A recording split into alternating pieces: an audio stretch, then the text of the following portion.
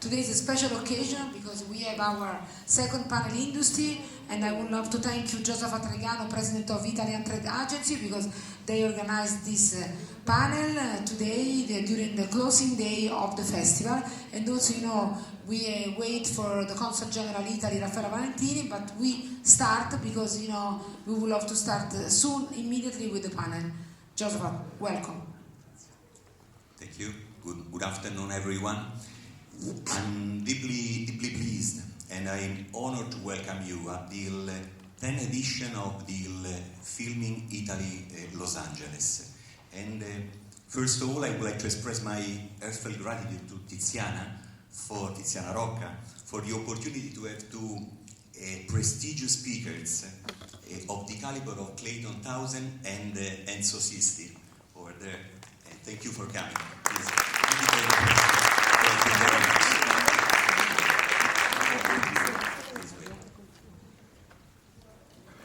Thank you for coming. Thank you for joining. Thank you very much for coming. Thank you. Yes. Consul General, come on the stage, you know, for a few words. Raffaella Valentini, because we announced that. We announced that, and you must come on the stage.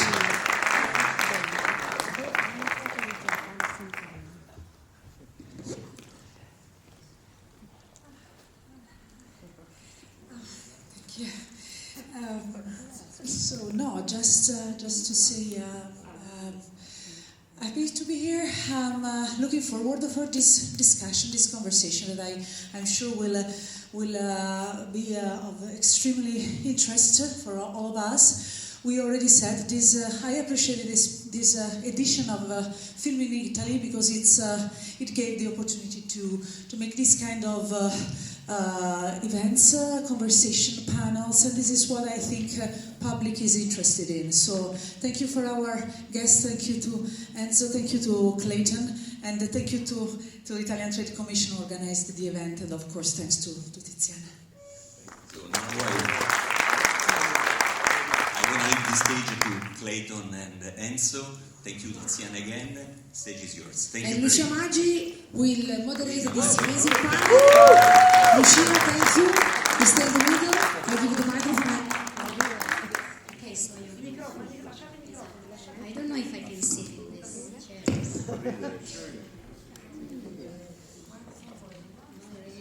We are talking about stage. Okay, we'll be sure. Hi, everybody. Thank you for being here. I'm very happy to be here. Thank you to Tiziana Rocca for having me. She is the director and the founder of Filming Italy. Thank you to Joseph Arigano and then also Alessandra Mantegazza from the Italian Trade Agency. They organized this panel, which I will moderate. My name is Lucia Magi. I work for ANSA, the Italian news agency. And I'm here, feeling very happy, safe, and honored to be in the middle of two pillars of international movie industry, two production veterans, if I can say, Clayton, Townsend, and Enzo Sisti.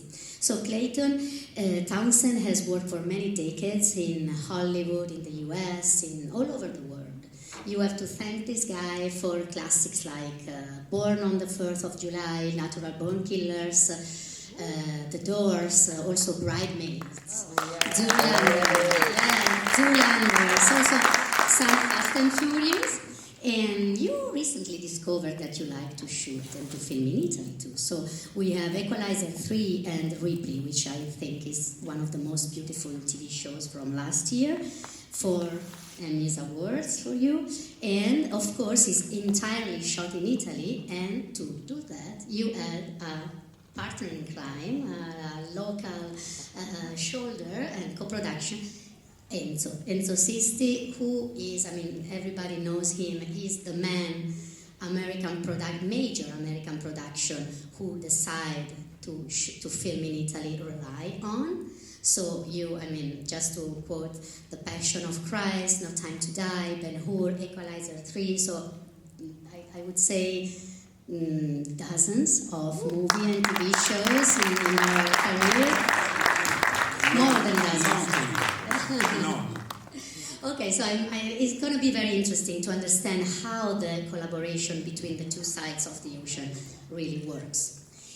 I'll start with you, Clayton. Okay, just to understand, because you are the Hollywood guy, okay, today.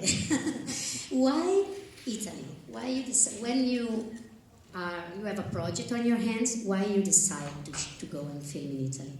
Well, primarily, a reason first is the story is set there or would be well set there. But underlying that, because we know that films can be filmed in many places and cheap for somewhere else, the underlying strong reasons is the proud history and knowledge of the artisans that are based in Italy, the cast, the crew, the production. Make your mouth closer, your mic closer to your mouth. Sure. Yeah. The fine the film industry that's been for many years in Italy, and of course there used to be economic barriers in bringing Hollywood productions to Italy, but recently, in the last number of years, with incentives that exist and favorable crew rates and cast rates, the flexibility of rules and working, we've had an opportunity to bring more productions to Italy, and of course, it's not hard to get actors and other crew people who are not from Italy to go to Italy because everybody wants to go. Everybody wants to be Italian, let's face it. And eat pizza and drink coffee during the shooting. Enzo, your part, you are the guy in Italy, no? So what do they expect from you, and why do you think Italy is still so attractive to American productions? I mean, first of all, Italy is one of the best countries in the world in every aspect. Yes. So food, location. We have all different locations, from the mountains to the beaches to the everything. So, and also we have a really great crews, the great troops, great people working with us. The Italians are very. The last movies we shot with Clayton, the Equalizer, we were 90-95% Italian crew, and the more you have Italians, the more is good the incentive for us. And also we have regional, from the region, so we can get additional incentives. And this is the economic part, because this is called movie business. This is a business, it's not only. And then the quality is always very good, because Italy is an open museum everywhere you go. Also, we have the fantastic Cinecittà Studios. It is historic. Everybody, when they come to Cinecittà, they want to get picture. I mean, I'm talking about the Americans, I'm talking about the foreign. The place where still Cinecittà is called the stage number 5. They renamed and they say stage Fellini stage. So everybody's coming, may I take a picture with so. But the most important is that the quality you have in Italy is not the same quality in you have when you go to other countries. I mean, I'm talking about the Eastern Europe, because Spain is good. I would just add that one of the things that I've worked around the world in besides in Hollywood, in big film centers like in London and in Australia, and I would say that, and it maybe sounds counterintuitive, but the Italian ego is not well put out there in terms of how good the crews are. It's, in my opinion, the best place to work. It's on a level that you're not how shall I say, you're not compromising at all by going to Italy fact, it enriches the production with everyone's knowledge. And also the feeling we had on set, the feeling of it's every day you are not going. It's a work, but it's a work having fun. This is different from. I worked in Germany. I worked in Sweden. I worked not in the States, but I know how they're. I mean, it's not bad. It's not a bad thing. They're very serious, but we are serious, but we have fun during the day. Do you agree, Clayton? I mean, Yeah, what are the difference between shooting in Italy and shooting other places? I agree 100%, and I think so much that that productivity increases when you're having fun and in harmony.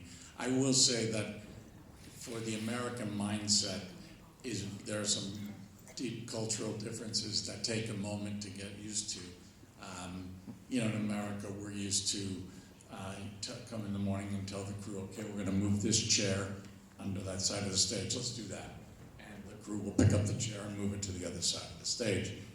Maybe they're going to put it upside down or on the other end or not. But in Italy, if you ask to move the chair to the other side of the stage, everybody talks about it for about a half of an hour before doing it. Why do you do it? How come what size? What's the color? Should we polish it here? Should we polish it there? Anyway, I've had to learn to just bite my tongue and let the conversation go and then watch the work get done, but it's much more efficient. Enzo, do you have some anecdotes about, working with Americans? Because Please, please. Yes, please. We can be quite unorganized, but they can be not. tough too. What I just remember then when we were scouting for Life Aquatic, Wes Anderson, always on the boat. Going from the boat to the shores with a brown velvet jacket.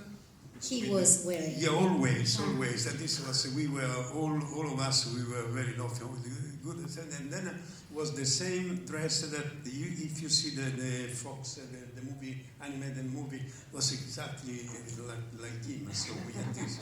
And also when the first time Mel Gibson arrived to Matera, he didn't. In Matera, he didn't. You found Matera, right, as a location?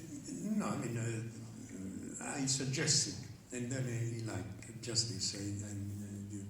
I suggested.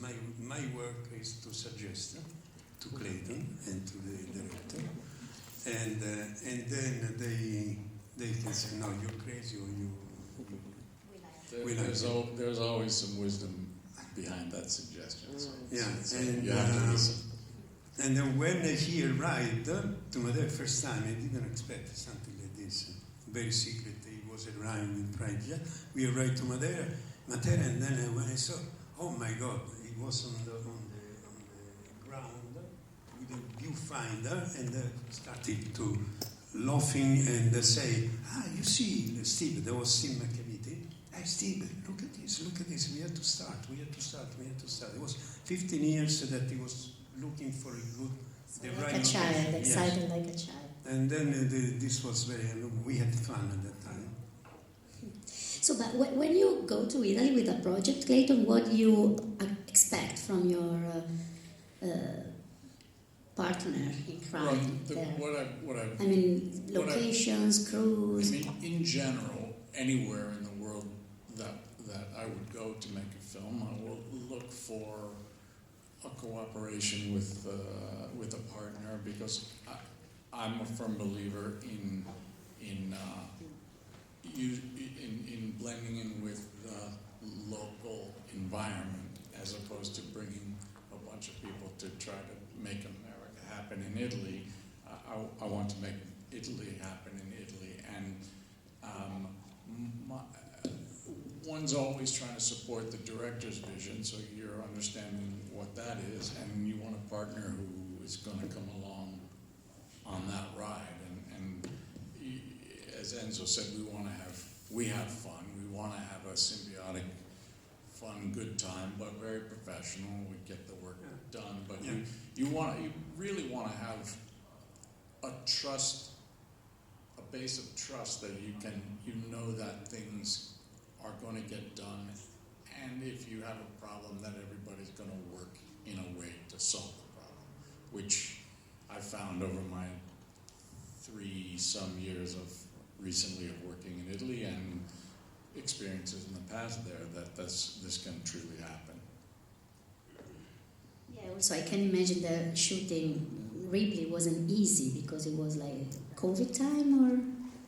It was very challenging. And it was long It was production. challenging, long. Everyone had to be extremely patient for both between the COVID restrictions, the lack of access of just finding people to let you in buildings, also patient with the director's very specific vision and insistence on certain puzzle pieces coming together. But we did it slowly and deliberately, and in the end, I don't think we disappointed our team. We had a beautiful time. Considering that it was COVID time, considering that we had a lot of locations, but we did a great work, great job. Yeah, the show is still on Netflix. Because there was sometimes also it's important to have a personal relationship with the partner you're working with. I mean, Clayton was trusting me from the first time we met, and then for me was the same. And so there was this chemical. He was my boss. Not true. When was the first time you met? We met the first time on a Zoom. October 2020. In a Zoom. On Zoom. Oh, he remembers the date. For sure. Yeah. No, I mean, I don't know. For Equalizer, or? No, it was for Ripley, and I'm not sure if you guys saw Ripley, but we filmed during COVID times in Rome, in Capri, in Palermo, Matrani Costiera, Amalfitana, in Venice, in Palermo. In Palermo, we filmed also in Anzio, my favorite. Anzio. And I don't know why that's my favorite, but it was. And yeah, all around. And really, we moved a big company of people, augmented by a big company of COVID people who were watching, testing every other day. And that was very challenging, but very rewarding. How many days?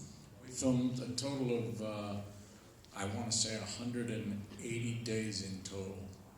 Over, and that doesn't count the times that we've had to stop for COVID illnesses, which were about a month in total, and unfortunately our director got ill for a month and we had to wait for that. So it was a very long show, but very very rewarding, I'd say.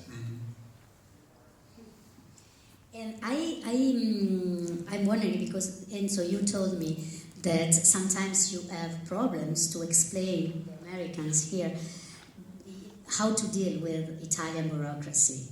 A lot of authorization to ask before shooting, and yeah, sometimes we had this bureaucracy, but we found the way to do it. I mean, our Italian DNA.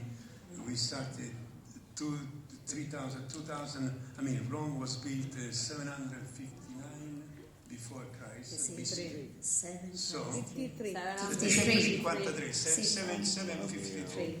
Before, so we had What was it like back then? 2,800 years of history of solving problems. I wanted to know from Enzo what it was like at that time. Yeah, I was born close to the Colosseum. I grew up there, so I mean, it was one of you remember? Yeah, more or less. So no, but because I wanted to ask you both if you have a recommendation, a suggestion for Italian movie industry to get better, to keep improving. I will say, and I hate two things I would say about it, and somehow Enzo and his team have figured out a way to master it, as he says, the bureaucracy, but it wouldn't hurt to have, similar to what New York City has, which is sort of a central office for permits and dealing with the different governmental agencies that are involved when you're filming on a location, such as public transportation and filming and street lights and all those things, if there were a person. But I never felt the strain of the bureaucracy. If there was it, Enzo hid it from me. But I'll say something that I think is obvious, but it has to be said, is that in the global marketplace of filmmaking, what emanates from Hollywood and goes out around the world, as wonderful as the experiences are in each place, the incentives are very, very important. And it would be a shame if that didn't exist, because now you can really make an argument, a financial argument with studios to say, listen, we need to film in Italy, and here's why, and here's the bottom line, and that needs to stay. And for me, I was thinking, it's very important that the American movies coming to Italy also to, because we learn in Italy a different way to work. So there is a difference between when we work with the Italian movies. I did the Italian movies as well. My last one was In Viaggio con Papà with Alberto Sordi e Carlo Verdone. You know, sometimes the Italian producer company, they try to save money. They say to save money, for instance, in a short preparation instead of a long preparation. If we have a right preparation, which is the long preparation, you save a lot of money during the shooting. If you have a preparation of 5, 6, 7 weeks, you can have problems. So we learn. Why the foreign movies are important? American movies, are important to come to Italy is because they teach us something that we don't know if as an Italian company. Which is preparation, which is the organization, also the accounting, because the accounting is the core of I was a former accountant. It's the core of production. If you know how to spend the money and you follow the cost, you know that you have always the money to arrive to your target. This is very important. And the importance for the US company is not the same importance we give as Italians. So they are very important. Yeah. I would just like to counter that statement by saying that we Americans and foreigners that come to Italy also learn a lot about things that we don't know about. Here in America, the mentality is you live to work. You work, live to work. And in Italy, you work to live. You work and you live. And what I love about the Italian crews and artists is that everyone will do exactly what's necessary to get the work done in the day. But then when it's time for dinner, we go home, we eat, and we relax a little bit and come back fresh the next morning. And it's not just a complete work, wake up, work, which I really learned and I love. Yeah. So organization helps with that. Good life. Life is ours. No, you guys are very organized. Again, after that morning conversation, it's super organized. Because Enzo has decades of learning. Do you already have a new project together? If you can tell. Magari, yes. You know better than me. We hope. Okay. I think, Tiziana, I don't know if we have more time. We have to close, right? 3 minutes. Okay, no, just I wanted to open the for question from the audience, if you have any. I don't see anything. But if anyone wants to ask something. There's no central office.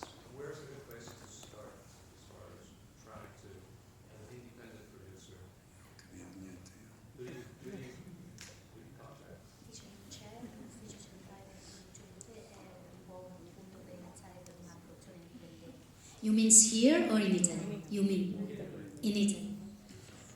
You have to know the people, because in my opinion this is something, don't go to internet, don't go, because otherwise sometimes you have bad experiences. So you have to go with the people, you get information from the other production which worked in Italy recently, and then say, how is this, how is this, how is this, and don't go to internet, you can have a very bad products. Yeah, I would add to that, is trying to contact, you know, as Enzo suggests, a local producer or someone, a foreigner who's been to Italy before that can help. But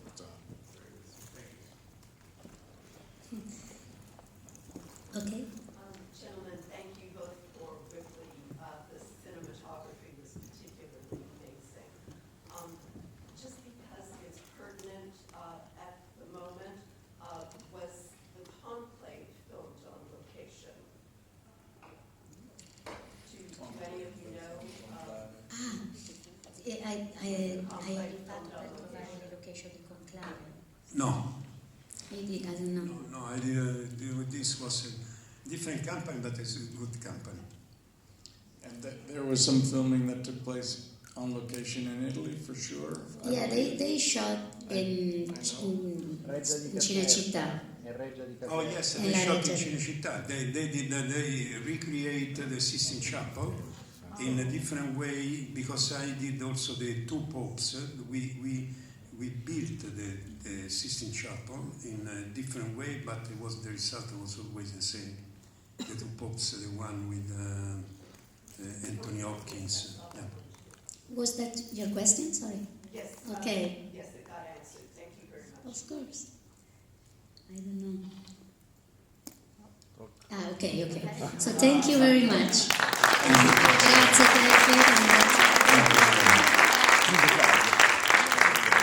Grazie Adesso inizia subito The Boy with Pink Pants, che è un film importantissimo, che è il record di incassi in Italia, quindi vi prego di stare, perché è veramente un film incredibile che va visto. Grazie. Regia.